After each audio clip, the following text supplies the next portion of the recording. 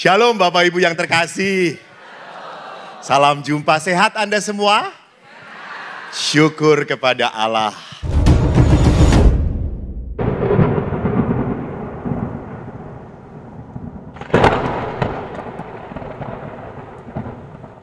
Sehat, damai, sukacita itu adalah buah dari apa? Dari kesetiaan mengikuti Tuhan. Saya bersyukur bahwa Anda semua datang ke tempat ini dari kemarin sampai hari ini. Rindu untuk apa? Disegarkan bersama Tuhan.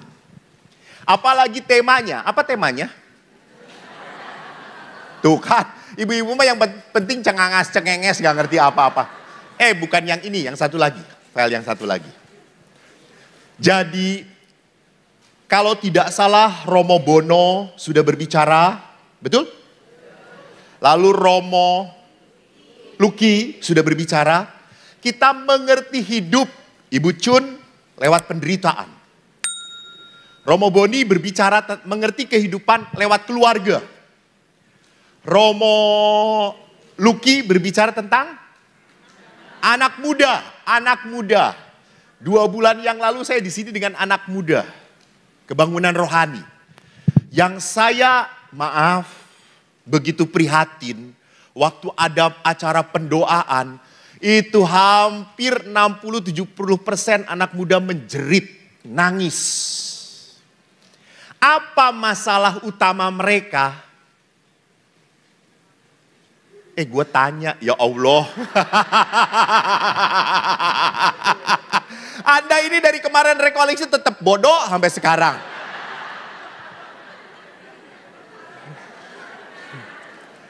Apa masalah utama anak muda?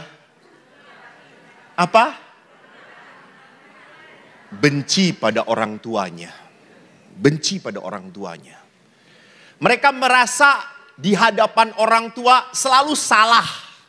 Selalu nggak benar. Selalu orang tua tidak puas dengan anaknya sendiri. Lebih senang dengan keponakan dan anak orang lain. Maka mereka pada saat disuruh berekonsiliasi dengan susuk orang tua, mereka menangis, ketakutan. Nah, sekarang saya mau berbicara bersama para saudara-saudariku yang terkasih tentang apa? Mengerti kehidupan bersama Tuhan. Bapak Ibu, siapa yang punya agama di tempat ini? Angkat tangan. Siapa punya agama? Oke, ya terima kasih. Siapa yang punya Tuhan? Nah, lihat. Siapa yang punya iman? Oke. Kadang banyak orang yang punya agama tapi tidak punya Tuhan. Orang punya agama tetapi apa? Masih hitung-hitungan. Kuaimah.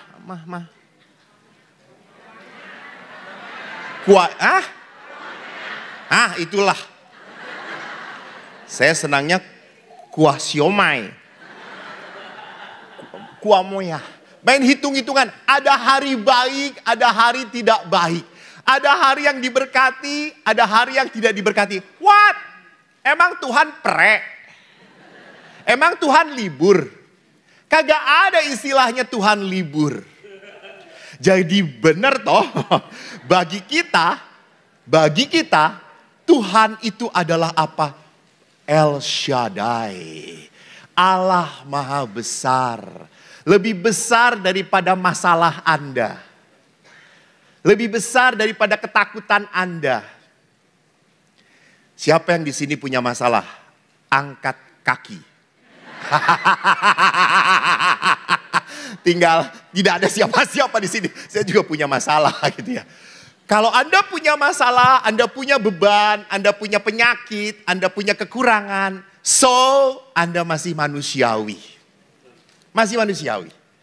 Allah membiarkan kita menderita. Allah membiarkan kita punya penyakit. Allah membiarkan kita punya kesedihan. Allah membiarkan kita digoda Supaya apa? Supaya apa? Bukan supaya kuat. Ini para pemberi perenungan masih salah lagi. Supaya manusia mengandalkan Tuhan. Bukan supaya kuat. Kuat malah jadi sombong. Kuat malah jadi sombong. Justru supaya kita mengandalkan Tuhan. Mengandalkan Tuhan. Dan kalau mengandalkan Tuhan itu bukan hal yang gampang. Lihat saja. Bro, siapa namamu? Son. Edson. Berdoa itu seperti menadahkan tangan. Ibu Cun coba tangannya begini. Ya. Berdoa itu seperti menadahkan tangan. Kadang-kadang Tuhan naruh sesuatu yang tidak saya sukai dalam genggaman saya. Betul, dan kita harus menggenggamnya dan menikmatinya. Dan kadang-kadang Tuhan juga pada saat kita menengadahkan tangan kepada Tuhan, Tuhan mengambil hal yang paling berharga dalam hidup Anda. Dan Anda harus memegang serta mengambilnya. Berat atau tidak? Berat, berat. Anda percaya Tuhan baik? Kurang beriman menjawabnya. Anda percaya Tuhan baik? Percaya? Betul. Tetapi ingat, cara Tuhan berbelas kasih, berbuat baik pada kita, seringkali tidak kita mengerti. Ya atau tidak? Ya, seringkali begitu berat. Seringkali begitu, ya Tuhan, kayak gini berkat. Lihat saja suami Anda samping Anda, ya Tuhan, seperti ini berkat.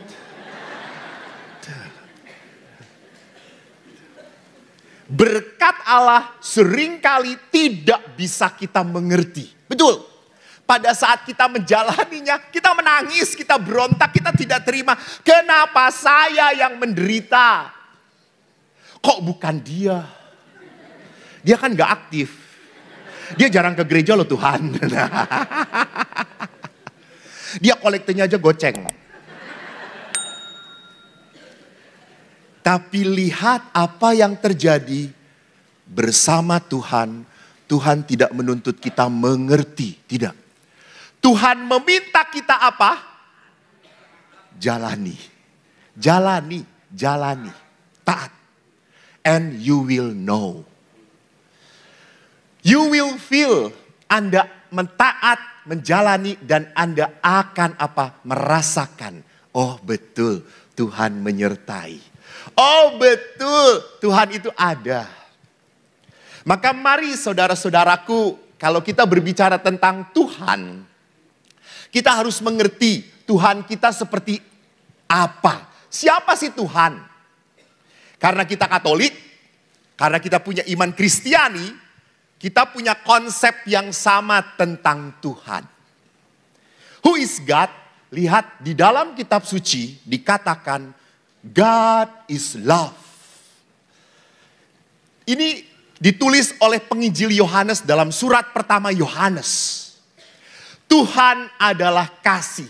Dan Yohanes memberitahu God is love karena apa? Pengalaman. Jadi orang itu berhubungan dengan Tuhan bukan hanya pengetahuan, bukan. Tapi harus mengalami. Ingat Bapak Ibu, waktu Yesus memanggil 12 murid, Ia memanggil mereka, memilih mereka, menetapkan mereka untuk apa?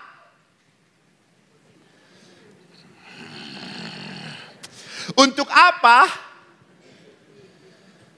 Untuk apa?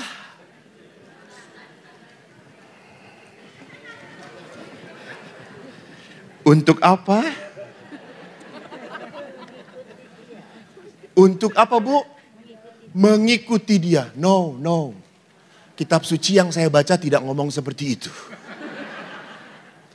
Di dalam Injil Matius, Yesus menetapkan mereka untuk hidup bersama Yesus. Jadi yang pertama-tama itu kita tidak harus mengikuti, tidak harus diutus, tidak. apa? Hidup bersama Yesus. Rasakan kemurahan Tuhan. Rasakan kebaikan Tuhan. So, you can say God is love. Kalau kita tidak pernah bisa mengalami, merasakan, kita tidak bisa mengatakan Tuhan itu baik. Kita hanya bohong doang. Kita hanya lip service, mengatakan Tuhan baik, yes Tuhan baik, Tuhan baik. Itu yang mimpi juga ngatain Tuhan baiklah. Gitu ya. No, ini harus menjadi sebuah pengalaman. God is love. Maka Yohanes melihat apa God is love? Lihat, karena begitu besar kasih Allah akan dunia ini. Sehingga Allah telah mengaruniakan anaknya yang tunggal supaya setiap orang yang percaya tidak binasa, melainkan memperoleh hidup yang kekal. Sorry, Allah tidak mengatakan memperoleh hidup di dunia ini. Bukan, kekekalan. Allah mau membawa kita sampai pada mana? Kekekalan. Dia tidak menyayangkan anaknya. Dia berikan anaknya. Kenapa? Karena Allah begitu sayang. Saya pernah dengan anak muda. Anak muda itu kan sekarang sudah banyak anak muda yang marah dengan gereja. Tidak suka ke gereja lagi. Banyak anak muda yang selalu berkata, ngapain ke gereja pastor, orang yang ke gereja aja ngaco. Orang yang ke gereja aja hidupnya ngebaik kok. Orang yang ke gereja aja tuh lihat menderita. Bahkan beberapa anak muda mengatakan yang ke gereja itu banyak orang-orang munafik, Romo. Lalu dia mengatakan, terus gimana? Yang penting mah baik aja Romo, baik. Saya baik. Itu yang penting, bukan doa, bukan ke gereja, bukan, baik. Anak ini seolah-olah benar, padahal salah. Dia lupa keselamatan tidak bisa kita capai dengan kebaikan kita. Coba aja Bu, Pak, misalnya ya ini misalnya. Kita mati itu ditimbang. Ya, yang ditimbang. Jadi ini dosa kita, ini kebaikan kita. Mana yang lebih berat? Dosa. Dosa kita yang plok, berat. Tadi malam sebelum kesini saya mimpi. Mimpinya Gladys meninggal. Dia nggak ada di sini, nggak apa-apa. Karena Gladys meninggal. Oh itu bangkit dia sekarang. Saya mimpi Gladys meninggal lalu berhadapan dengan Santo Petrus. Lalu Santo Petrus berkata, Gladys, hidupmu di dunia begitu baik. Kau melayani Tuhan. Kau semangat memimpin puji-pujian. Sehingga orang yang ikut puji-pujian menangis dan kau tertawa. Pokoknya selamat datang di kerajaan surga. Gladys, maaf ya, Santo Petrus berkata, upah di surga ini sesuai dengan perbuatannya. Dan kamu dapat mobil Innova di surga ini. Gladys agak mengkerut, jengkel dia. Kenapa cuma Innova? Tiba-tiba pada saat dia mengkerut, dia lihat Eko naik Mercy. Lalu Gladys protes dengan Santo Petrus. Bagaimana ini? Kok Pastor Eko, saya tahu Pastor Eko, saya sering pelayanan, dia suka ngaco, gak bener ngomongnya. Kok dapat Mercy? Lalu Santo Petrus berkata, maaf Gladys, semua diatur oleh babe kita. Kita kagak bisa debat-debat. Lalu di Gladys dengan mulut monyongnya. Dia naik Innova itu. Seminggu kemudian dia datang ke Santo Petrus tertawa, tersenyum. Santo Petrus kaget. Gladys, kenapa sekarang tersenyum, tertawa? Iya, kenapa? Saya lihat Romo Yus pakai sepeda.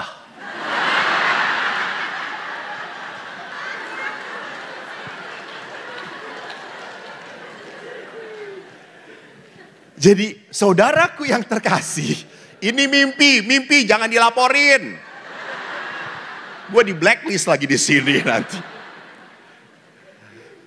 Jadi lihat, kita berbuat baik bukan mencari upah. Bukan. Kenapa kita berbuat baik? You see, Allah begitu besar mengasihi kita. Jadi kalau kita sampai tidak mengasihi Allah, betapa durhakanya kita. Jadi karena Allah itu adalah kasih. Karena Allah menunjukkan kasihnya pada kita. Berkatnya. Sungguh saya menjadi pastor itu adalah apa? Adalah panggilan yang sangat saya bahagia. Saya bahagia. Saya beberapa hari yang lalu ketemu teman-teman saya yang sudah menikah. Yang sudah jadi bapak-bapak. Yang sudah punya cucu. Saya ngelihat wajahnya, ya Tuhanku Yesus. Ya, kenapa pastor lu berantakan banget? Iya, kenapa? Hasil perkawinan pastor. Lu emang kawin dengan iblis, kata saya itu. Ya begitulah. Dulu teman saya ini waktu SD rambutnya panjang, laki-laki, keren. Ganteng banget, cakep banget gitu ya. Terus datang kemarin dengan istrinya. Saya lihat istrinya saja, ya Tuhanku Yesus, nggak salah pilih. Gitu saya itu. Lihat teman saya yang dulunya ganteng, udah botak. Kagak ada rambutnya. Terus kata saya, cepet tua lagi. Terus dia tanya, kok pastor, apa sih resepnya supaya kamu awet muda? Jangan kawin.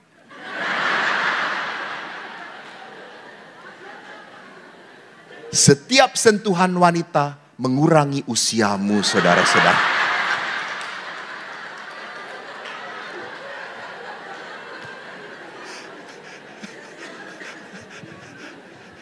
Jadi lihat saudara-saudariku yang terkasih.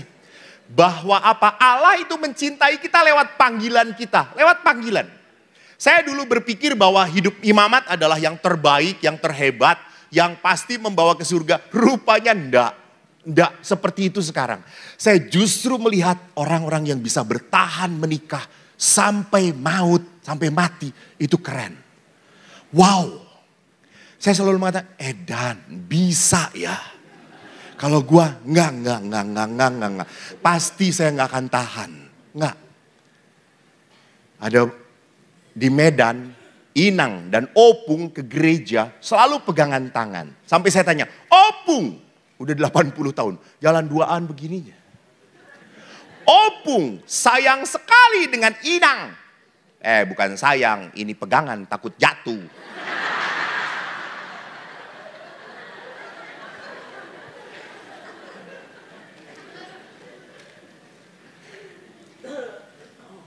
Dua minggu yang lalu saya ke Sabah. Lalu ada memberikan rekoleksi keluarga. Ada pasangan suami istri yang sudah golden anniversary. 50 tahun perkawinan. Encek dan encim. Lalu saya tanya, Cim, gimana? Apa yang pernah membuat bahagia selama hidup perkawinan? Terus dia berkata, Romo, pastor, saya bahagia. Si engkau ini suami saya pernah ngomong pada saya. Ngomong apa? Dia pernah mengatakan, istriku, kamu jangan meninggal duluan ya. Kamu istri yang baik. Kamu sayang sama aku. Dan saya bahagia hidup bersama kamu. Jadi jangan meninggal duluan ya. Saya akan menderita kalau ditinggalkan oleh kamu. Saya mendengar itu, si engkongnya senyum-senyum begitu. Betul Kong? Iya. Hebat sekali Kong. Engkong ini memang tidak pernah ditinggalkan sama istri. Ya pernah. Berapa lama? Sebulan. Ngapain? Istri saya ngurus cucunya.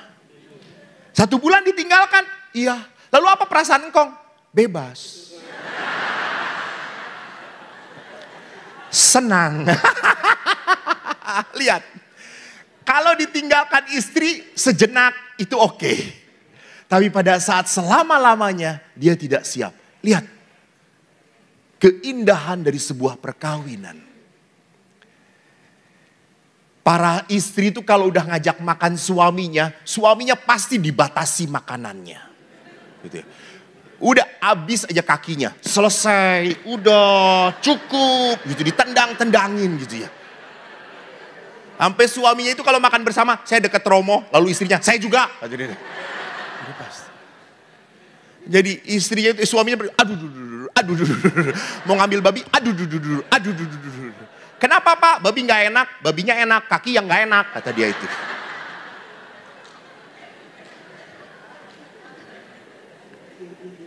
Lalu saya tanya ibunya, Bu, kenapa Bu? Kok seperti itu? Kok Bapak nggak boleh? Pastor, ingat ya, suami kalau makan seenaknya, kalau sakit siapa yang ngurus? Saya. Lalu saya tanya, kalau saya kok nggak ditendang? Ya terserah pastor gitu ya. Jadi lihat betapa indah perkawinan itu. Anda seperti apapun tetap dirawat oleh pasangan Anda. Itu hukum gereja Katolik. Maka tidak ada di dalam gereja Katolik seenaknya berkata, Tuhan saya sudah tidak kuat lagi. Apa yang berasal darimu ku kembalikan kepadamu. Tidak boleh itu doa seperti itu. So, perhatikan, kalau Allah itu baik, Allah itu memberkati kita, mari kita lihat dengan demikian semua orang tahu bahwa kamu murid-muridku, yaitu jikalau kamu saling mengasihi. Ini ajaran Yesus juga. Yohanes kembali menggaungkan kasih. Ingat kenapa Yohanes sampai menggaungkan kasih? Karena Yohanes begitu menekankan cinta Tuhan. Cinta. Pengalaman dicintai. Jadi bukan karena kita KTP-nya Katolik, apalagi kita ditato, I love you Jesus. Alah kampret lu, I love you Jesus, I love you Jesus. Teman saya itu ditato, belong to Jesus. Dia kalau makan, kan kadang-kadang di Bandung itu ada tempat makan. Tempat makannya itu di daerah pesantrennya Aagim. Dan itu memang makanannya murah dan enak. Pedagang, apa disebutnya kaki lima. Enak. Dan banyak orang yang makan di situ santri semuanya. Pakai jilbab, pakai apa ini namanya? Jenggot, mereka pakai topi ini. Dia senang makan di situ. Terus saya tanya, lu kalau makan di sana emang berdoa nggak? Berdoa. Lu tanda salib, tanda salib. Gimana tanda salibnya?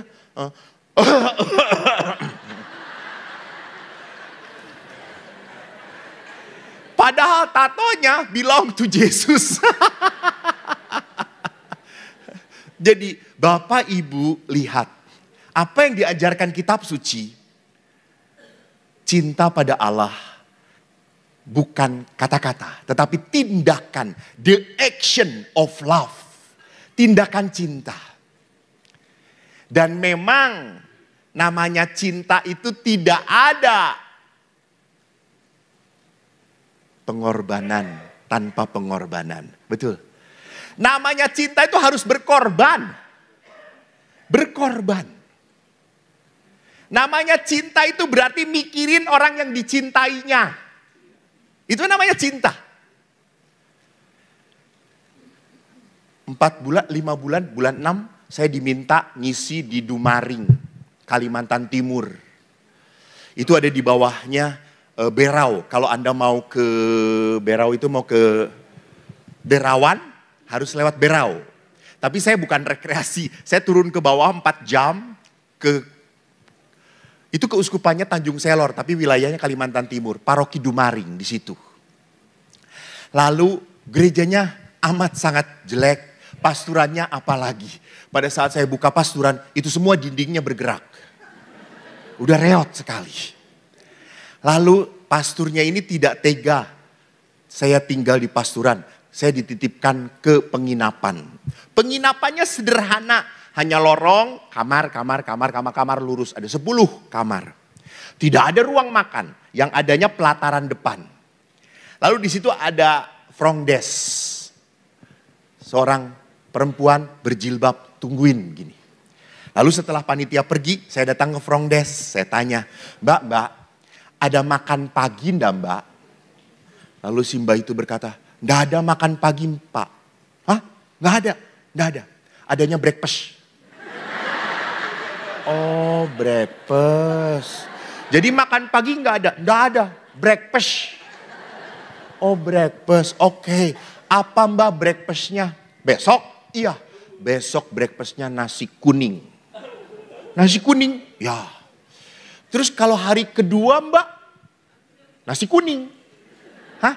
Hari pertama nasi kuning. Hari kedua nasi kuning lagi Mbak. Ada pilihan nggak Mbak? Ada apa? Apa pilihannya? Makan atau tidak?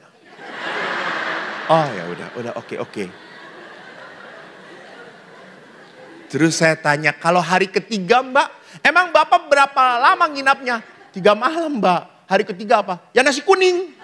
Ya Allah, gua keluar dari penginapan ini sakit kuning Mbak, kata saya itu. Terus hari pertama pagi, saya dapat di piring plastik, sendok plastik, dan bungkusan. Dibuka nasi kuning. Bihun kecil. Telur balado. Saya syukuri. Syukur Tuhan. Terima kasih. Saya nikmati sampai bersih. Sampai itu plastik bisa dipakai lagi. Karena tidak ada tambahan. Saya datang, breakfastnya ada lagi. Pas. Ini sih Mbak kalau di Jawa udah gua telan kata saya itu.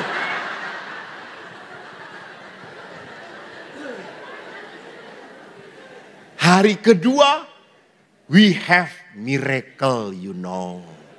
Tetap pakai piring plastik, sendok plastik, lalu tetap bungkusan.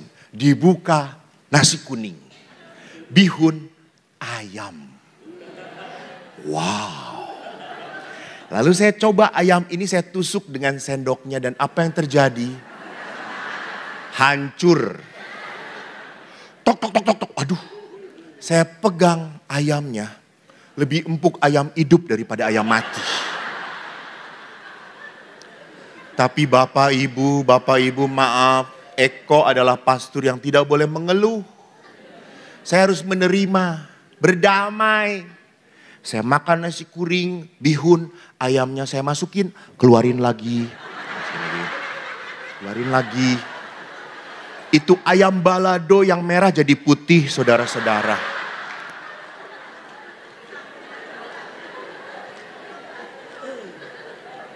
Di sebelah saya ada anak kecil. Lalu mamanya itu di sebelah kiri dengan bayi. Anak ini teriak, Mama aku gak suka makan. Dede kan suka ayam. Itu ayam Dek. Bukan ini tulang Mak. Keras sekali Mak. Ayam Dek, tulang Mak. Oh gitu ya. Keras. Lalu si mamanya tinggalkan bayinya. Dia bawa makanan dia. Lalu saya lihat mama itu bisa makan. Ayamnya. Terus ini ayamnya, mana? Ngeliat empuk. Terus mamanya pegang punya anaknya. Oh iya. Ya udah tuker ya. Punya mama untuk Dede, punya Dede untuk mama. Lalu dia kasihkan ke anaknya. Anaknya makan dengan lahapnya. Dan wajah ibunya yang kulihat bahagia sekali. Ambil dia. Lalu kan mamanya dapat dagingnya ayam tadi toh. Apa yang terjadi? Rupanya sama dengan saya. Masukin, keluarin lagi. Saya tuh diem saja begini. Sampai udah 5 kali saya ngomong, Bu udah putih belum?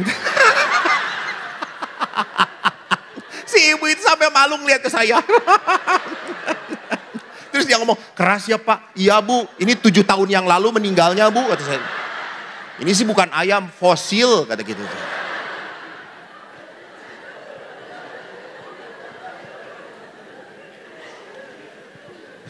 Saudaraku, apa yang mau saya jelaskan di situ? Lihat, tindakan ibu itu. Dia berikan yang terbaik untuk anaknya dan dia ambil yang tidak enak untuk dirinya. Itu cinta. Jadi cinta itu adalah apa? You think about your beloved. Engkau berpikir tentang orang yang saya sayangi. Nah, oleh karena itu mari kita lihat. Kalau kita sudah melihat Tuhan itu adalah kasih. Lalu siapa itu manusia? Kita kembalikan kepada kitab Kejadian. Bagaimana waktu manusia diciptakan oleh Tuhan. Dikatakan, baiklah kita menjadikan manusia menurut gambar dan rupa kita. Di terakhirnya Allah menciptakan manusia menurut gambar dan menurut gambar Allah. Maka manusia adalah ciptaan yang secitra dengan Tuhan. Bukan sama, tetapi ada keilahian dalam hidup kita. Ada unsur keilahian dalam diri manusia. Ada unsur sifat-sifat Tuhan dalam diri manusia. Manusia bukan binatang. Binatang hidup mati selesai. Manusia hidup mengikuti perintah Allah, mendapatkan berkat Allah, bertahan dalam hidupnya dan masuk ke dalam keselamatan kekal. Itu. Karena apa? Manusia tidak akan mati selamanya. Karena segambar dengan Allah.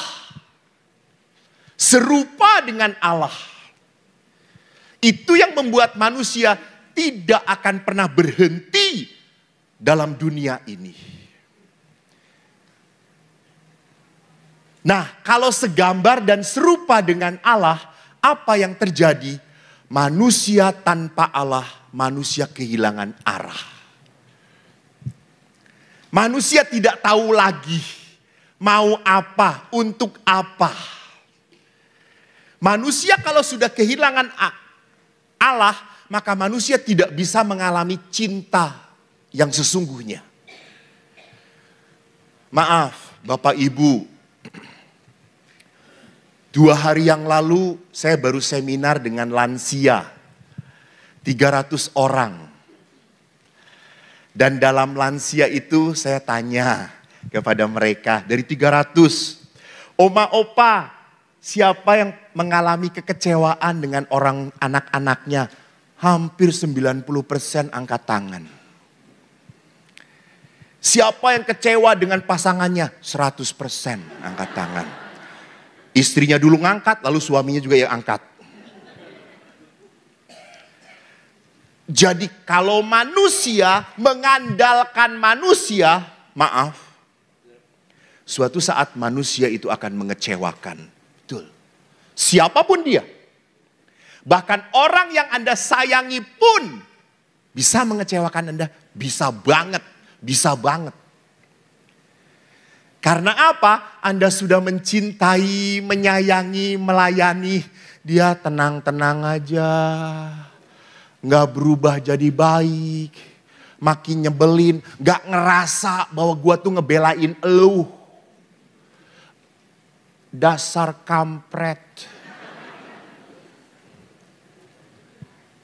Kita mengeluh. Karena apa? Saya baik seolah-olah percuma.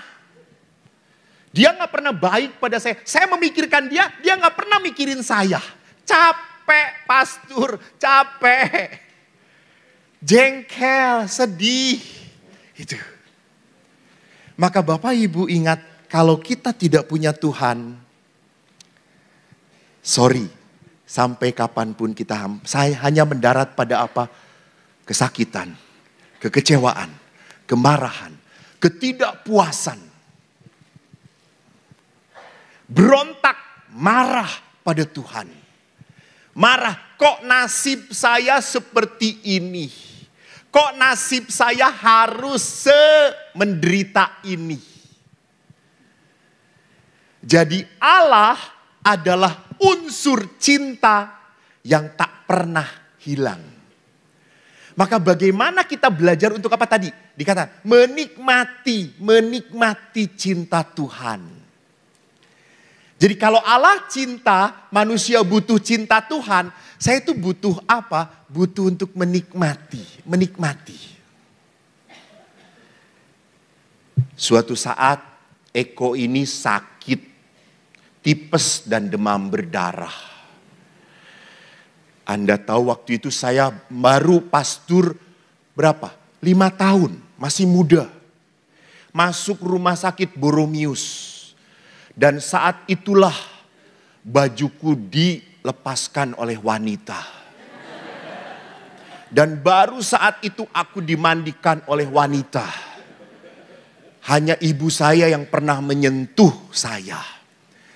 Dan saya sedihnya 2 minggu di rumah sakit yang memandikan saya semua suster tua. Dan suster tua itu kalau menggosok saya seperti nyuci mobil saudara-saudara gitu. Bukan hanya dakinya keluar, darahnya pun keluar gitu. Gosok gitu. Dan suster itu miring, buka gitu. Dia pada saat buka, enggak. Ini harta satu-satunya kata saya itu. Tidak boleh disentuh kata saya itu.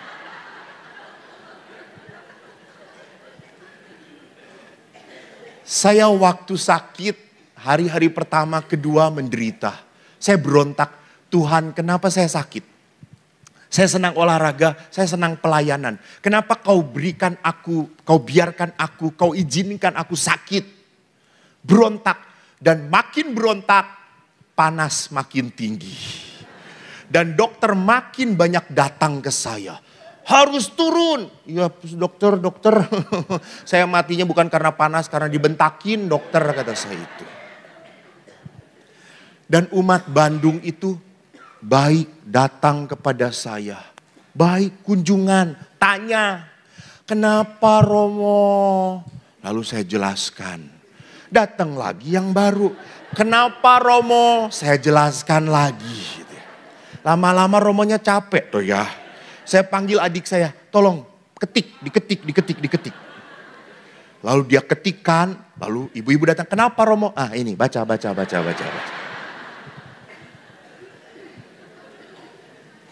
Tetapi para ibu yang terkasih, pada saat saya sakit, saya bisa menikmati. Kebetulan pada saat jendela di rumah sakit dibuka, saya bisa melihat kebun. Saya bisa melihat matahari masuk ke dalam kamar. Saya bisa berjemur, diem. Matahari menyengat tubuh saya hangat. Lalu suster datang ngeliatin saya. Saya pura-pura merem. Pada saat dia mengajak ngobrol, berdoa.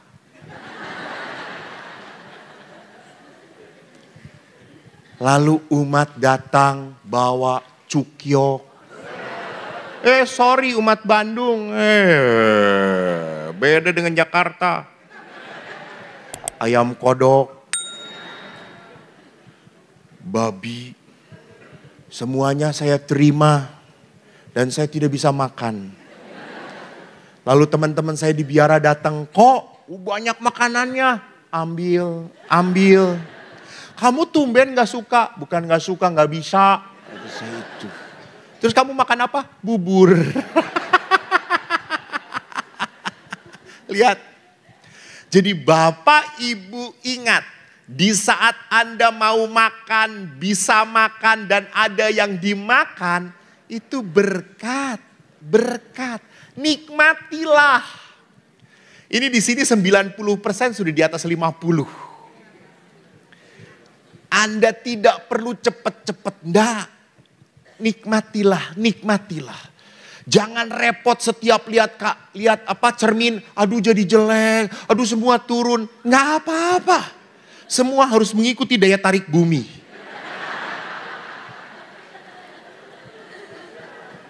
Sudah jangan repot-repot mau tarik-tarikan lah. dihilangkan bulu matanya, bulu apaan? Apa ini? Gelambir ininya, saya pernah gitu ya. Ada bapak-bapak yang dihilangi gelambirnya, itu kayak tuyul kata saya itu ya.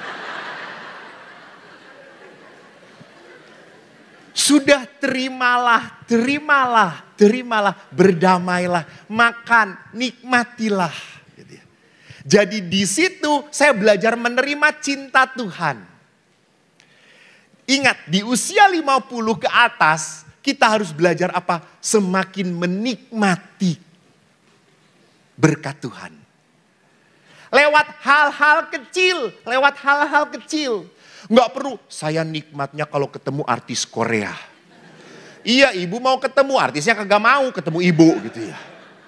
Saya nikmatnya kalau jalan-jalan ke sana, jalan-jalan ke sini, makan di sini, makan di sini. Please.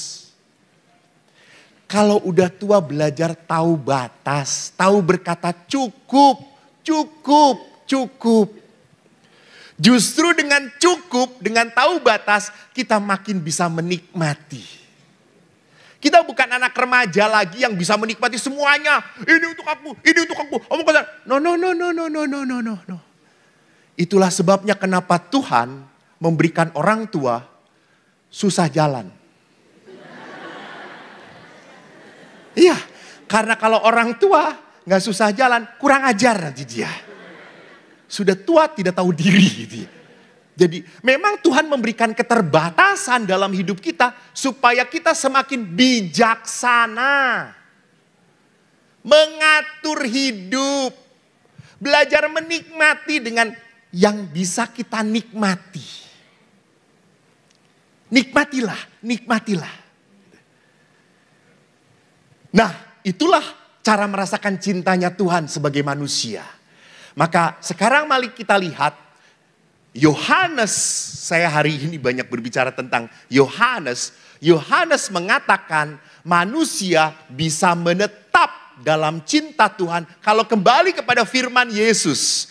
Akulah pokok anggur dan kamulah rantingnya. Di ayat 5 nanti. Aku adalah pokok anggur benar. Setiap ranting yang ada padaku, setiap ranting yang tidak berbuah dipotong, dan setiap ranting yang berbuah dibersihkan supaya ia lebih banyak berbuah. Kamu memang sudah bersih karena firman yang telah kukatakan kepadamu. Dan Yesus berkata di ayat 5, akulah pokok dan kamulah rantingnya. Jadi tidak bisa kita hidup sekali lagi tanpa menetap dalam Tuhan. Tanpa tinggal dalam Tuhan. Tinggallah di dalam aku. Dan aku di dalam kamu. Sama seperti ranting tidak dapat berbuah dari dirinya sendiri kalau ia tidak tinggal pada pokok anggur. Demikian juga kamu tidak berbuah jikalau kamu tidak tinggal dalam aku. Maka orang yang tinggal di dalam Allah, orang itu punya keutamaan. Jadi ada orang yang tanya, Romo, taunya bahwa orang itu berdoa sungguh-sungguh, berdoanya dekat dengan Tuhan. Dari apanya sih? Dari apanya, Bu? Tahu bahwa ini orang betul-betul sungguh rohani nih. Ini orang-orang ini dekat dengan Tuhan. Tidak hanya dari imannya tetapi dari buahnya. Betul, iman adalah betul salah satu buahnya. Tetapi buah yang dikatakan oleh Paulus adalah apa? Kasih, sukacita, damai, pengampunan. Jadi kalau orang ini begitu mudah mengampuni, begitu legawa, begitu mudah kehilangan, ya sudah, tidak perlu nangis, tidak perlu repot, ya sudah. Orang ini adalah orang yang memperlihatkan apa? Kedekatan dengan Tuhan. Maka Ibu Teresa pernah ditanya, Bunda, apa yang membuat pasangan hidup bertahan dalam perkawinan? Bunda Teresanya mengatakan 2, pray and forgive. Pada single mom yang hidupnya berat, Ibu Teresa berkata, pray and forgive. pada orang-orang yang hidup dalam religius, Ibu Teresa berkata apa? Pray and forgive. Kenapa pray and forgive dijadikan satu? Kenapa doa dan pengampunan dijadikan satu? Kenapa Ibu Teresa tidak berkata doa aja? Enggak. Ibu Teresa berkata doa dan pengampunan. Mengapa? Orang hanya bisa mengampuni kalau berdoa. Kalau berdoa. Karena pengampunan itu kekuatan dari Tuhan. Dari Tuhan. Saya jujur sampai jadi imam, saya tidak bisa memaafkan ayah saya. Sampai saya jadi imam. Saya marah, saya benci dengan ayah. Setiap saat saya telepon ibu tidak punya handphone. Saya telepon ayah. Ayah mengatakan, halo ibu mana? Ibu. Ini bapakmu, gak penting. Ibu, kata saya itu. Saya tidak punya kerinduan untuk ketemu dengan ayah. Enggak. Saya sakit, saya kecewa, saya marah, saya berontak. Sampai akhirnya apa? Dosen rohani saya, profesor rohani saya di Filipina yang mengingatkan, Eko, kamu punya beban berat relasimu dengan ayah. Tolong bereskan. You must pray so you can forgive your dad. Dan saya berdoa, doanya apa? Tuhan semoga ayah saya bertobat. Apa yang terjadi enggak tobat sampai sekarang. Enggak, salah.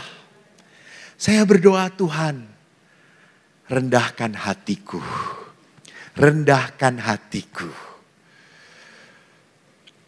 Dan saya akhirnya datang kepada ayah saya. Bukan saya berkata, ayah ingat, kamu banyak memaafkan anakmu. Kamu banyak melukai anakmu. Anakmu sekarang jadi pastor. Jangan macem-macem. Enggak. Saya ngomong kepada ayah, terima kasih. Kau mendidik aku dengan keras. Kau pukul aku, kau hajar aku, kau selalu hina aku. Dan saya ingat, karena aku dipukul, karena aku dihajar, aku jadi pastor seperti ini. Ayah, terima kasih. Kau mendidik aku keras supaya aku kuat, supaya aku jadi hebat. Lalu setelah itu saya peluk ayah. Karena saya belum pernah merasakan dipeluk ayah. Tidak pernah. Di album tidak ada gambar Eko dipeluk ayah. Kagak ada. Adik saya nomor 2 sedang digendong. Adik saya nomor 3 sedang diberi susu botol. Adik saya nomor 4 sedang diangkat di pundak ayah. Eko dipegang oleh tukang beca. Sampai saya mempertanyakan status ayah saya yang benar, yang mana kepada ibu. Dan ibu mengatakan, ya itu ayah kamu. Mengapa kok saya tidak ada? Nggak tahu, ayahmu nggak terlalu dekat dengan kamu. Maka pada saat rekonsiliasi, saya datengin ayah, saya peluk ayah. Saya peluk ayah dan saya diamkan. Saya rasakan kehangatan. Dan ayah berkata, terima kasih. Saya punya anak seperti kamu. Dan sekarang saya begitu dekat dengan ayah saya. Seminggu sekali saya ngobrol dengan ayah. Saya telepon ayah. Kemarin ayah saya mengeluh, ayah saya sudah 82 tahun. Mulai budek dan habis giginya. Dia mengatakan, aku ingin beli alat bantu dengar. Lalu saya mengatakan, ya beli pak, beli. Bapak sudah kumpulkan uang, sudah kok. Tapi kok alat bantu dengar itu mahal ya kok. Berapa? 17 juta. Ya sudah beli aja bapak. Bapak pikir 8 juta, sisanya mau beliin Bapak gigi palsu. Sudahlah, yang penting alat bantu dengar aja dulu. Lalu dia belikan. Dia seneng. Karena dia selalu mengeluh, dia itu sekarang suka nanam-nanam cabai di rumah. Dan tiba-tiba 2 hari kemudian cabainya hilang. Dia selalu ngomong, ini tetangga ini pada mencuri. Enggak Pak, bukan mencuri. Mereka ngomong, cuma Bapak enggak denger. Bapak kan tuli gitu. Oh minta ya, gitu kan Bapak nggak denger toh. Enggak, mereka mencuri. Gitu. Lalu setelah pakai bantu denger, dia baru sadar, iya mereka izin. Baru denger sekarang Bapak gitu ya. Nah. Lalu setelah nyaman dengan alat bantu dengar, beberapa minggu yang lalu Bapak saya datang, Pak gimana? Enak. Tapi kok aku enggak bisa makan nyaman kok. Giginya masih enggak punya. Saya kalau daging cuma dimut-mut. Ya udah Pak, nanti aku beliin. Bener kok? Iya. Gigi palsu yang second ya Pak. Bapak saya kaget lagi. Emang ada yang second ya kok? Ada. Kan yang orang mati nggak dibawa mati Pak. Nanti untuk Bapak Pak. Lalu Bapak saya berkata, kamu melukai Bapak ya. Enggak lah Pak, kata saya. 2 bulan kemudian saya nabung, lalu saya beri. Nih, beli yang terbaik dari anakmu. Lalu Bapak buka, ih banyak sekali. Sultan.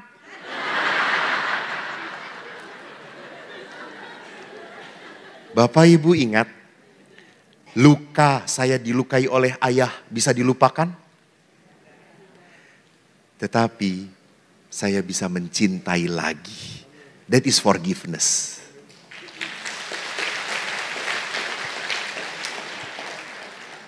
Jadi orang mengampuni itu bukan berarti bisa melupakan. Nggak akan. Nggak bisa dilupakan yang sakit itu. Tetapi saya bisa mencintai lagi. Saya bisa memberikan yang terbaik lagi pada dia. That is forgive. Itu pengampunan. Gitu. Dan sekali lagi, saya tidak akan bisa mengampuni kalau tidak bersama Tuhan. Bersama Tuhan. Kalau Anda tidak bersama Tuhan, yang paling menonjol adalah apa? Kesakit hatian, kekecewaan, kemarahan. Itu. Sumber penderitaan dunia ini adalah apa? Orang tidak mampu memaafkan. Dan bukan hanya tidak mampu, tetapi tidak mau memaafkan. Dan ingat, luka itulah yang membuat Anda sampai kapanpun tidak akan merasakan berkat Tuhan. Saya tidak mengatakan Tuhan tidak akan memberkati. Tidak. Tuhan memberkati. Tetapi Anda tidak akan merasakan berkat Tuhan. Kenapa? Karena hati Anda dipenuhi dengan apa? Marah. Jengkel. So, tinggal di dalam Allah supaya kita bisa berkata apa? Let go, let go, let go. If you cannot let go, you pray. So you let God. You let God. Biarkan Tuhan yang memampukan kamu. Saya tidak bisa, saya tidak mampu, pastor. Betul. Berdoalah. Mampukan Tuhan supaya saya bisa. Saya kadang-kadang berhadapan kebetulan. Saya tinggal di OSC. Saya dewan. Dengan provinsial harus mendampingi beberapa pastor. Ada pastor-pastor yang sulit sekali. Susah sekali. Walaupun sudah jadi pastor masih kekanak-kanakan. Kita harus panggil mereka. Kita harus ngobrol dengan mereka. Ada satu pastor waktu itu, ini orang berat ini. Kakak kelas saya. Dan kita di dewannya adalah adik-adik mereka. Adik-adiknya dia. Kita junior, dia senior banget. Dan kita harus memanggil senior banget. Untuk ditegur. Untuk diberitahu. Asli saya itu sebelum rapat, sebelum memanggil, saya berdoa. Tuhan lembutkan kami. Tuntun kami. Dan Bapak Ibu apa yang terjadi? itu pastor betul-betul tidak membela diri sama sekali. Dia betul-betul taat. Ya, saya salah. Saya akan berubah. Sampai kita, oh my God. Kok gampang banget sih? Itu. Anda ingat waktu Bapak Paus misa di GBK? Anda ingat? Hujan deras. Ya toh? Kan saya di KUR. Kerasa banget. Kita pakai kencang banget hujan. Lalu Salam Maria berapa kali? 10 kali. Dan apa yang terjadi? Terang sekali, betul? Sampai panas. Lalu anggota KUR ini berkata, wah kita kebanyakan Salam Marianya. Harusnya 7 kali aja ya. Biar agak teduh sedikit gitu ya. Makanya Romo Yus dapatnya sepeda, saudara-saudara gitu ya. Jadi perhatikan di sini, jangan pernah meragukan Tuhan, Bu. Jangan pernah. Bahwa Tuhan itu Bapa, ingin diajak. You punya masalah, oke, gue Bapa. Berseru. Maka Injil mengatakan, marilah padaku. Semua yang letih lesu. So kalau manusia ini tinggal di dalam Tuhan, maka manusia harus apa? Yesus ingin bertindak di dalam diri kita. Pertama-tama, kita harus banyak merasakan berkat Tuhan. Kita harus belajar melambungkannya. Terpujilah Engkau Tuhan. Terpujilah, syukur kepada Allah. Saya tak henti-hentinya.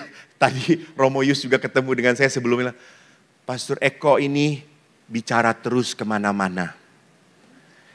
Kata dia tuh, asuransikan mulutnya. Emang saya itu di mana-mana bicara. Kemarin di Sabah itu sampai 4 hari saya retret sendirian, pagi sampai malam, full. Dan Bapak Ibu, saya flu. Anda tahu saya flu? Kenapa? Enggak tahu. Tuhan, tolong. Jadi setiap saya bicara, saya enggak pernah merasa sakit. Baru setelahnya. Tapi orang merasa, Romo kok kuat banget. Mana kuat gue? Oke. Gitu ya. Jadi selama kita berjalan bersama Tuhan, jangan takut. Saya sampai pekerja saya itu di rumah retret kaget ngelihat saya. Sedikit-sedikit pergi. Pastor senang kalau saya pergi. Karena saya selalu bawa oleh-oleh. 3 minggu yang lalu saya gak pergi kemana-mana. Mereka mengeluh, kamu kok gak pergi sih? Kenapa? Suplai habis.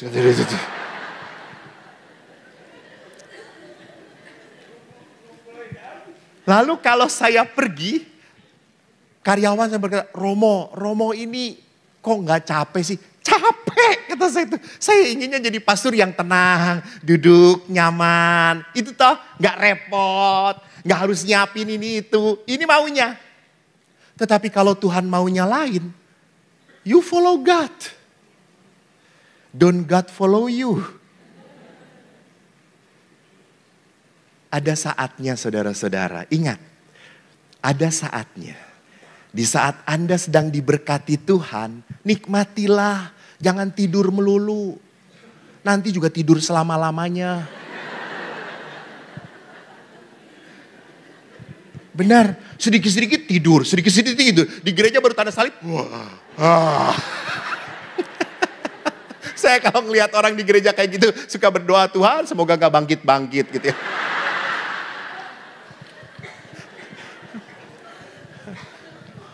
Kok mengeluh gitu. Loh, Tuhan itu sedang memberikan rahmat kehidupan. Nikmatilah. Karena dalam kenikmatan akan muncul apa? Syukur. Dan syukur itu adalah doa utama di dalam gereja. Ekaristi itu adalah mengucap syukur. Nah, Allah mau bertindak di dalam diri kita. Baru kita bisa menjadi jalan berkat bagi Tuhan. untuk orang lain. Namun bagaimana supaya kita tinggal dan bisa berbuah? Bagus, dikatakan harus ada yang dipotong, harus ada yang dibersihkan. Apa yang harus kita pangkas? Egois kita, dosa-dosa kita. Sudah kalau tua itu sudah cukup, udah banyak dosa, kurangin. Ya kan? Kurangin. Ngomong, kurangin. Ngomongin pasturnya, kurangin. Banyakin dengan doakan pasturnya. Gitu. Ya. Lakukan, bukan ya.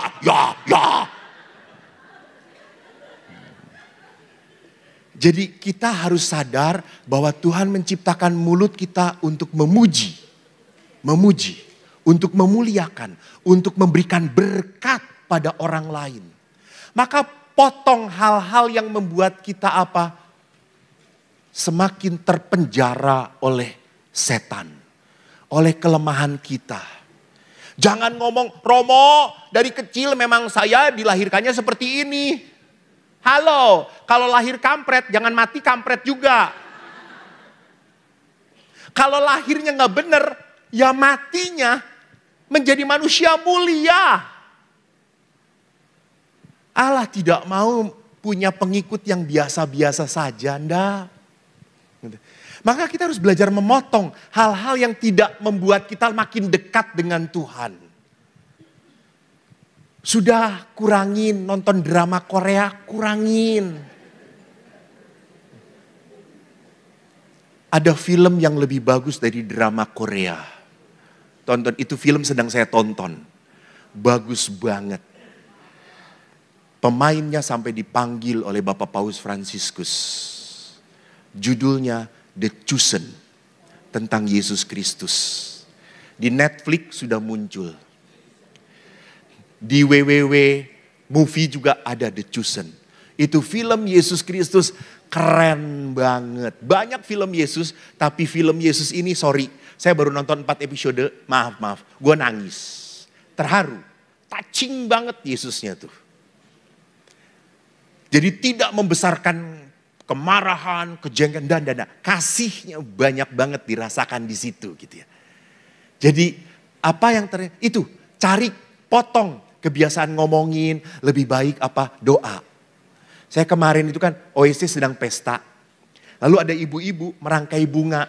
Pagi-pagi jam 8 sudah datang. Nah jam 12 itu karena kita misa. Kita tuh ibadat. Saya jam 12 baru 2 rangkaian yang ada. Saya tuh kaget. Buset 8, 9, 10, 11, 12. 4 jam baru 2. Dan kebetulan di gereja kita ada CCTV. Setelah saya doa, gue lihat CCTV. And you know what happened? Itu 4 emak-emak merangkai bunga. Satu.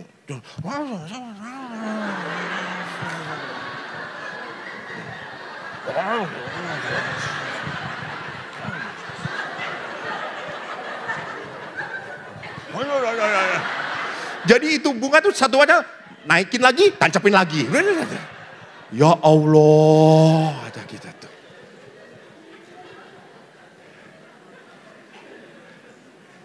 Nggak salah. Jadi potonglah hal-hal yang tidak butuh, tidak diperlukan. Gitu. Anda senang buka WhatsApp, oke. Tapi ambil waktu buka handphone itu untuk baca firman. Jangan lihat TikTok yang gak jelas gitu. Nah. Ya jangan ada oma-oma di panti jompo kemarin saking kusyuknya dia cium. Karena dia sedang ikut devosi. Dia cium handphonenya konslet. Lalu si oma itu sudah buat tanda salib, dia konslet anjing. Gitu, dia langsung teriak gitu. Ya enggak perlu kayak gitu juga gitu ya. Jadi apa yang saya mau katakan, kita harus tahu mana yang tidak butuh dalam hidup kita. Dan yang ketiga apa? Dibersihkan. Artinya apa? Anda, Bapak, Ibu, jangan lupa setelah makin tua harus punya komunitas. komunitas. Bukan komunitas belanja. Bukan komunitas arisan. Bukan komunitas hanya ziarah. Enggak. Pendalaman iman. Pelayanan. Jangan berpikir nanti di dalam komunitas itu saya tidak akan terluka. No. Pasti ada setan di dalam komunitas itu. Betul. Tetapi justru apa? Justru hal-hal yang tidak baik dalam pelayanan itu memurnikan kita. Anda tuh sungguh-sungguh mau melayani atau jangan-jangan di dalam pelayanan Anda itu adalah apa? Mengisi waktu. Daripada di rumah ketemu suami nyebelin. Karena kemarin ada yang seminar, bapak-bapak cerita jujur banget. Pastor, saya seminar ini disuruh istri saya. Dia ngomong, kamu sih ikut seminar dengan Pastor Eko sana. Biar ketawa. Saya ngelihat kamu sudah nyebelin. Lama-lama saya racun kamu mas. Kamu itu kelihatannya gak happy dengan saya. Lalu suaminya berkata, emang.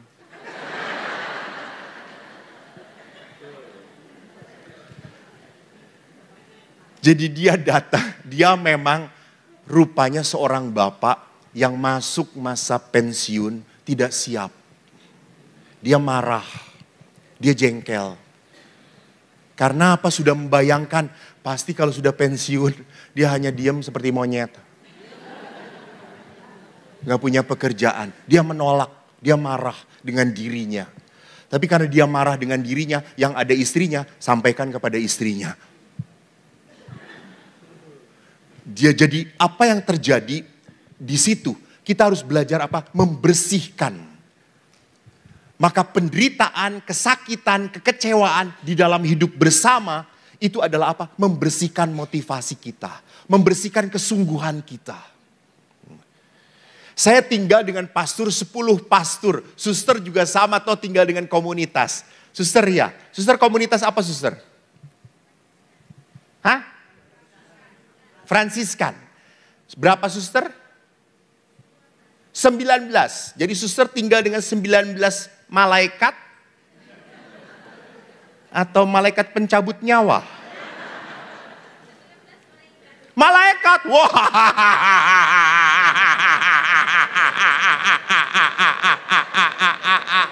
Bohong banget.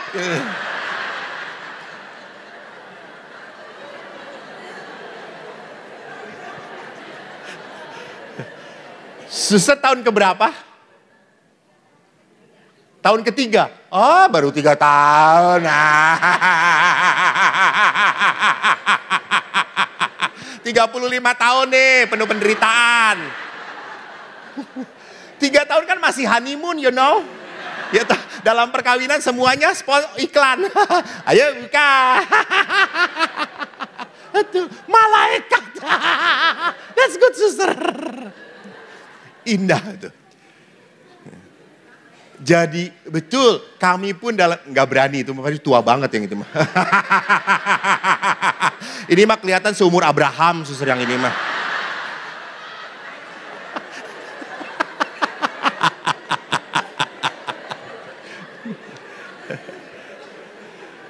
Yalah, di dalam hidup membiara pun kami banyak hidup dengan orang-orang yang menyakitkan. Tuh. Banyak. Kecewa, sakit, jengkel, ya. Gitu. Tetapi apa yang mau terjadi? Kita dimurnikan.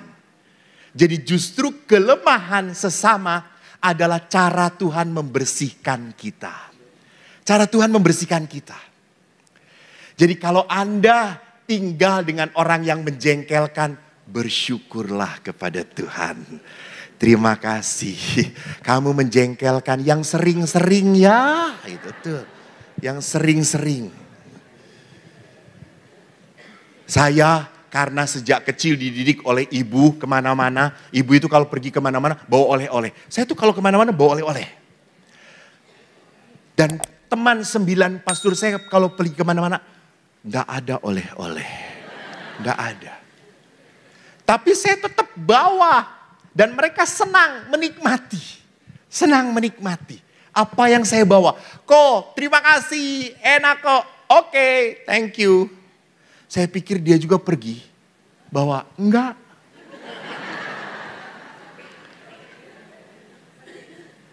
Bukan pelit. Bukan pelit. Memang tidak terbiasa. Saya kalau ngomong dia pelit, saya jengkel. Orang uang sakunya sama. Gitu. Tetapi apa yang saya mau katakan, saya dididik untuk seperti itu. Jadi saya selalu ingin bagaimana supaya teman serumah saya bahagia. Ini tanggung jawab saya. Bu, saya itu paling sedih kalau mendengar teman serumah saya mau keluar. Saya sedih. Saya bertanggung jawab. Jangan-jangan dia keluar karena tidak betah dengan saya. Karena tidak bahagia dengan saya. Saya sedih. Ada kemarin satu pastor yang harus pindah tempat, pindah tugas. Dia berkata, saya bahagia tinggal di komunitas ini. Tuh. Kita punya waktu, saya tinggal di biara, saya senang. Karena tidak ada tante-tante.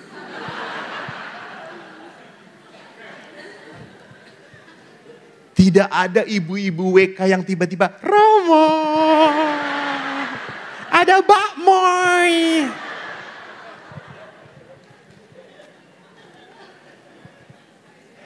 Kami 10 pastor menikmati. Kemarin juga sama. Saya baru pulang dari Kalimantan. Kebetulan dari mana Malaysia. Kebetulan gak ada oleh-oleh. Lalu saya ngomong, kita traktir. Saya traktir 6 pastor. Makan sate. Sate. Mereka tidak berani mesen. Karena saya yang traktir. Saya mengatakan 10 sate ayam, 10 kambing. Lontong 2. Tidak ada yang menolak semuanya. Semuanya. Karena paru pasur kalau sudah makan kerasukan setan. Anda tahu saya pesan 60 sate ayam, 60 sate kambing, lalu lontongnya kali 2, 12 lontong. Anda tahu berapa harganya? 220.000 rupiah. Di Cimahi masih murah. Di tempat kita. Bukan di Jakarta. Sampai setelah itu langsung cuma 220, tambah lagi kata saya. Tapi apa yang saya mau katakan, lihat, pada saat kita harus hidup bersama, saya harus belajar untuk mengecilkan diri saya. Saya harus membuat orang-orang yang hidup dengan saya bahagia. Itu dibersihkan namanya. Supaya apa? Makin berbuah. Buahnya pada apa? Saya suka cita. Saya damai. Saya merasa senang. Saya nyaman tinggal di biara. Saya tidak mau tinggal di biara terpaksa. Dan. Saya mau menikmati. Saya pernah sedih loh. Bapak Ibu pernah sedih. Maaf suster. Saya mendengarkan kesaksian suster. Seorang suster yang 25 tahun hidup membiara. Lalu suster itu berkata apa? Dia berat menjadi seorang biarawati. Saya kadang tidak bahagia.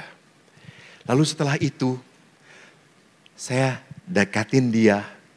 Lalu saya tanya, suster, nanti kalau suster di surga boleh pilih. Boleh menikah atau jadi suster. Apa yang akan suster lakukan? Dan dia ngomong pada saya tidak mau jadi suster lagi. Saya menyesal. What? Menyedihkan. Sudah harus hidup di biara tetapi menderita. Sekali lagi, bukan Tuhan yang membuat dia seperti itu. Bukan. Dia yang tidak mau happy, enjoy with his calling. Dengan panggilan dia. Jadi Bapak, Ibu, jangan pernah berpikir kalau saya tidak bahagia dalam hidup perkawinan. Ini cara saya untuk melayani Tuhan. No. Tuhan tidak memanggil Anda untuk ketidakbahagiaan. Tuhan memanggil Anda untuk sukacita. Gitu. Nah, mari kita lihat sebelum kita doa malaikat Tuhan. Oh, nggak pindah-pindah. Nah, bagaimana kita mencari Tuhan?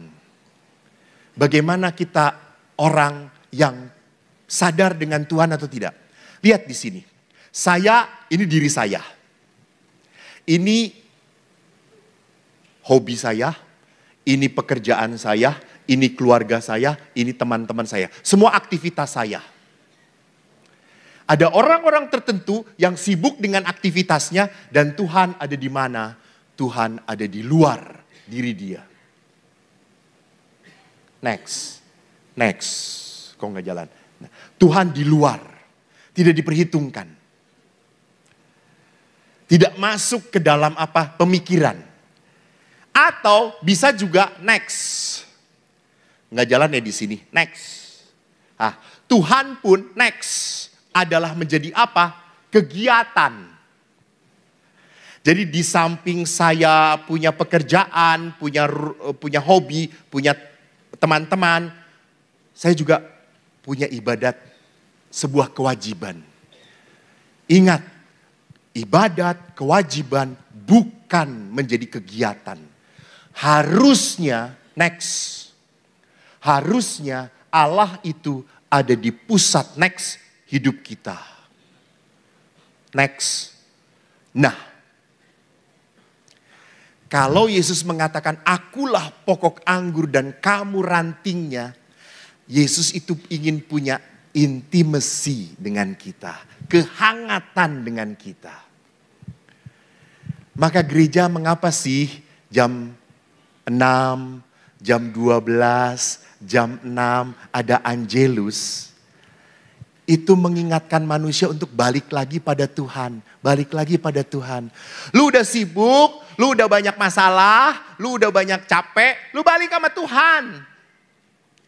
Jadi Angelus itu adalah saat Back to your home. Back to your home. Enjoy the relationship with God. Maka Santo, manusia Beato. Acutis, depannya apa sih? Carlo Acutis. Beato Carlo Acutis adalah orang yang selalu masuk ke dalam rumah Tuhan. Ini panggilan dari Tuhan. Jadi Bapak Ibu lihat di sini bahwa doa Allah harus menjadi pusat kehidupan. Jadi kalau kita mau merasakan, mengerti kehidupan bersama Tuhan, kita hanya bisa menjadikan Allah pusat hidup kita. Kita punya relasi intim dengan Tuhan. Nikmati. Mungkin Anda bingung, Romo, doa itu capek, saya sudah ngomong terus. Terus apalagi ya Romo? Halo, doa itu kan intimacy. Bukan hanya Anda yang ngomong, biarkan Tuhan juga ngomong. Jangan Tuhan mau ngomong, Anda pergi. Biarkan Tuhan ngomong. Bagaimana cara Tuhan ngomong pada kita? Ya. Ya, betul. Baca firman. Di situ tempatnya Tuhan bicara pada kita. Di situ tempatnya Tuhan tempatnya Tuhan menunjukkan jalan pada kita. Di situ tempat Tuhan mau mengatakan apa kepada kita. Baca firman. Jadi bagaimana Allah itu ingin Ingin berkuasa di dalam engkau. Pak, Bu, saya di dalam pelayanan seringkali banyak melihat hal-hal yang tidak saya duga. Tiba-tiba semuanya berjalan begitu indah. Kemarin perjalanan saya ke Sabah itu harus ke Kuala Lumpur dulu. Dari Kuala Lumpur baru ke kota Sabah. Di Kuala Lumpur itu saya punya waktu 2,5 jam.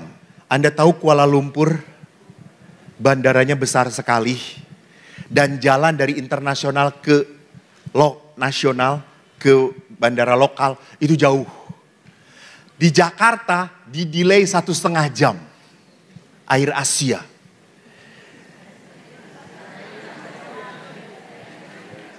Lalu sampai di Kuala Lumpur, saya nggak di-delay. Saya cepet jalan. Untuk cari tempat saya, gate saya, masuk ke bandara yang akan bawa saya 2,5 jam lagi ke Sabah. Itu jalan secepat-cepatnya. Sampai saya datang, semuanya sudah masuk ke dalam. Sampai mau ditutup, Bapak sini? Iya. Oh, syukur, pas. Saya duduklah. 3 hari kemudian saya harus pindah ke kota lain dari Sandakan ke Tawau. Di tiket saya tertulis saya pesawatnya berangkat Malaysian Airways jam 10.10. Jam 8 saya masih tenang di pastoran. Lalu jam 9 rencananya mau perpisahan dengan panitia makan. Bandara tidak terlalu jauh.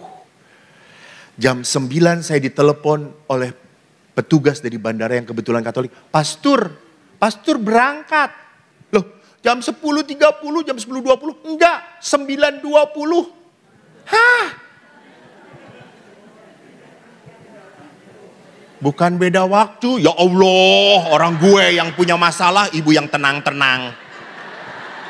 Oh, beda waktu. Gue udah 3 hari tinggal di situ. Dan ini kan dengan orang Malaysia semua, ya ampun, beda waktu. Itu kan di situ tertulisnya MAS-nya jam 10.20. Ini Pastor jam 9. Hah? Saya jam 9 masih di pastoran. Kita langsung cepet lari dan gate sudah ditutup. Untung Bapak ini petugas bandara. Langsung Pastor, kopernya saya bawa semuanya. Saya masuk itu pesawatnya di delay 10 menit. Dan 10 menit itu adalah jam saya bisa masuk ke dalam pesawat itu. Saya berkata, my God, terima kasih Tuhan. Terima kasih. Lalu waktu saya naik pesawat, saya selalu di pinggir. Di samping saya, ibu-ibu berjilbab. Cantik. Saya melirik, haleluya. Wanginya harum. Aduh, rezeki anak soleh.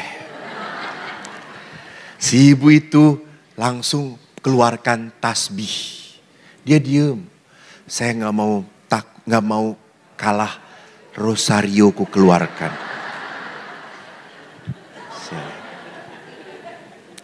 Di perjalanan ibu itu,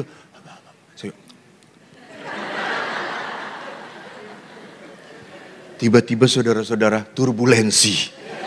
Buang ibu itu, Allahu Akbar. Saya Yesus Kristus. Dia teriak lagi, Allahu Akbar, Yesus Kristus. Sampai karena teriakan kita, kapal itu pun tenang saudara-saudara. Dan si ibu itu tersenyum kepada saya dan berkata, kita berdoa ya Pak. Iya. Takut mati. Jadi saya selalu melihat Tuhan, Engkau menyertai aku. Engkau menyertai aku. Engkau ada dengan aku gitu ya. Saya belajarlah, Bapak Ibu belajarlah menemukan Tuhan. Bukan dalam segala perkara, tetapi dalam setiap kehidupan kita. Bagaimana kita bisa menemukan Tuhan? Notice, perhatikan. Jadi kalau orang yang selalu terburu-buru, segala-galanya ras, segala-galanya ingin cepat, segala-galanya mau sampai, segala-galanya jengkel, you cannot find God. Kau tidak bisa menemukan Tuhan. Tapi pada saat Anda menikmati, duduk, tenang, nyaman, you can feel God. You can feel God. Maka di sesi kedua, next term selanjutnya, slide selanjutnya. Bertumbuh dengan Kristus tidak ada yang otomatis. Bisa slide berikutnya. Sesi kedua, saya akan mengajak Anda, Bapak Ibu, untuk merenungkan how to become a faithful person and fearful person. Orang yang beriman dan orang yang penuh kekhawatiran. Ingat, khawatir, takut, normal atau tidak? Ada ketidakserasian di sini. Kalau orang khawatir, takut, gelisah, normal atau tidak? Normal. Yang tidak normal itu adalah kekhawatirannya berlebihan. Sama, orang sedih, normal. Yang tidak normal adalah sedihnya berkepanjangan. Ada orang yang sudah ditinggalkan mati oleh pasangannya, masih sedih sampai 3 tahun, 4 tahun, 5 tahun. Apakah itu tanda orang mencintai? Bukan, itu tanda orang tidak beriman. Bukan ini tanda, saya sayang banget dengan pasangan saya. Ya enggak gitu caranya. Ya bukan seperti itu caranya. Saya sedih terus. Alah, selama hidup banyak dianiaya. Jadi bukan tandanya bahwa saya tidak mau lepas dari kedukaan. Itu tanda cinta saya. Salah. Tanda cinta kita hanya ada apa? Mengirim doa. Itu tanda cinta bagi orang yang sudah mati. Bukan berdukanya berkepanjangan. Tidak seperti itu. Gitu. Bukan yang ini mas. Yang slide berikutnya. Kita tunggu sampai besok. Yang saya ingin bawakan, hantarkan sebagai permenungan adalah kisah tentang apa? Tentang Musa sampai di tanah terjanji. Ini bagus kisahnya. Ada di dalam kitab Bilangan. Karena apa? Musa itu sampai di tanah terjanji dan Musa boleh masuk ke dalamnya? Tidak. Siapa yang memimpin ke dalamnya? Apakah keturunan Musa? Bukan. Yosua. Kenapa Yosua sampai ditunjuk?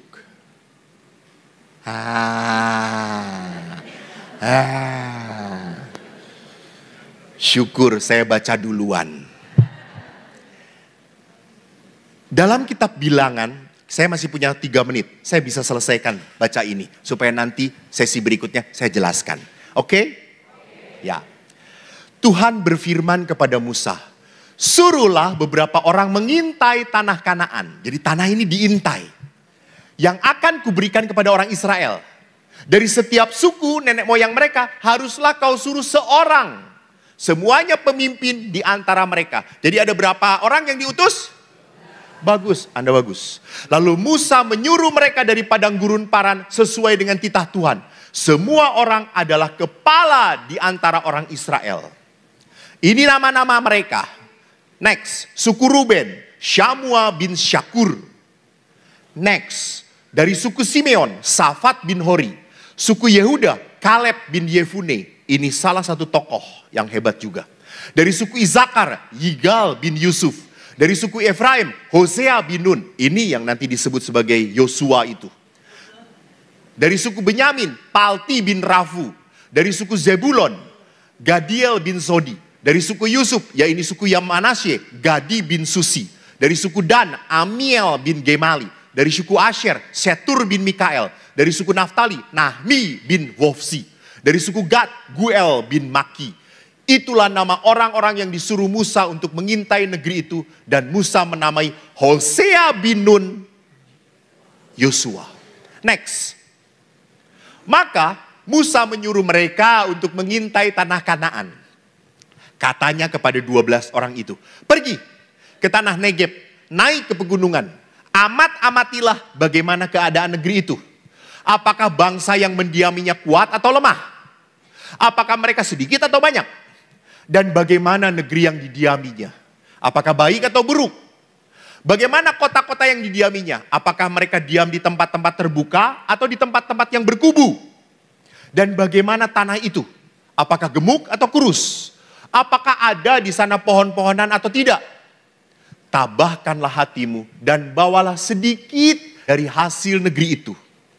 Waktu itu ialah musim hulu hasil anggur. Next, maka Musa menyuruh mereka untuk mengintai tanah Kanaan.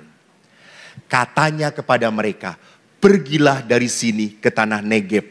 Naiklah ke pegunungan dan amatilah bagaimana keadaan negeri itu.